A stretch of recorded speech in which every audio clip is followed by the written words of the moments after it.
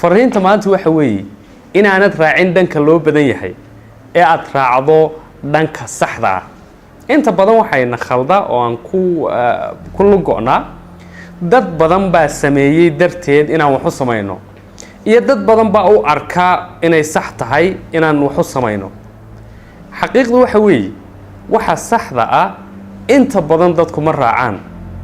waxaan u badannahay in dhinaca fudud iyo shortcutska iyo dhinaca sahlan iyo waxa la qaban karo iyo waxa caadiga aynu badankeenu qabanno tirada yar ee ku dhiirata inay ku dhacdo qabashada waxa laga cabsoodo tirada yar ee ku dhacda ee leh dhiiranaanta ay ku wajahaan waxyaabaha laga baqo in la wajaho ayaa dhabtii gaadha darajooyinka sare ee nolosha nin macallin noo ah wuxuu odhan jiray it's lonely at the top but you eat better xagga sare ee nolosha darajooyinka sare ee noloshu waa cidla inta badan dad badani ma joogaan sababtuna waxa weeye because halkaa tegideeda adag halkaa tegideeda shaqo iyo tacab iyo daal adag u baahan halkaa tegideeda qiimo adag baa ku xidhan waxaana keliya tagaa dadka bixiya qiimaha nolosha qaybaheega hoose waa buuq meelaheega hoose waa buuq dadkaa u badan inay meelaha hoose nolosha u maleeyaan inay meesha caadiga ee ay karaan tahay because marar badan mashaakilaadka iyo caqabadaha nolosha inaga soo wajahayaa waxay inaga xanibaan inaan aragno waxay noo suuragalka waxay inaga xanibaan inaan dhadhamino karaankeenna waxay inaga xanibaan inaan potentialkeena iyo kartideena wax inaga dhigi karta ama waxaan rabnay ina gaarsiin karta inaan arki weyno taasaa sababtay in lagu qanco waxyaabaha caadiga iyo meelaha caadiga iyo goobada aan la qabsanay dadkaan la qabsanay meelahaan la qabsanay iyo waxaan la qabsanay war nolosha qaybaheega sare way haawanaysaa oo dad badani ma joogaan sababta dad yar oo tiro yari u guulaystaan oo natiijooyin macnale u gaadhaan wax kale ma aha waayo waxay ogolaadeen inay bixiyaan qiimaha dhabta ah ee darajooyinka sare nolosha lagu gaadho badankeenuna qiimaha ma bixino haddii inuun ay kaa go'an tahay inaad qof qiimo la noqoto waxa qalbigaaga ku weyn aad u dhawaato waxa maskaxdaadu ku hamiyeysana aad gaadho bixi qiimaha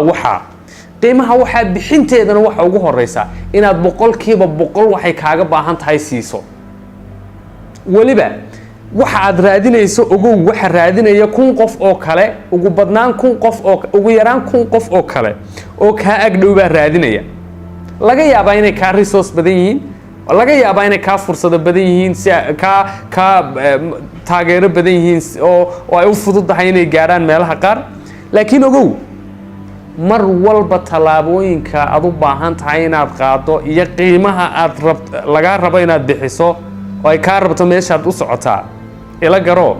qiimaha una go'aamina qiimaha wax ka sareeya bixi si qiimaha keenideedu ay kuugu fududaato war haddii dayaxa ay tahay gaadhidaada hamigaagu dayaxa gaadhidiisa yahay waxa la qabsadaa cadeeda si dayaxa gaadhidiisu ay u noqoto wax optionka labaada oo markaa ta koowaad samayn kari weyda aad ku soo dhacdo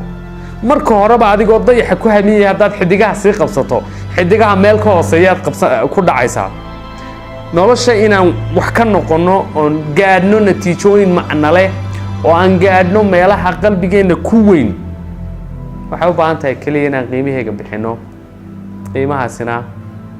waxa ugu weynaad bixinaysaa waxa weeyaan naftaada iyo waqtigaaga iyo hamigaaga iyo fikirkaaga inaad meel isugu geyso ood baashaa dhex mariso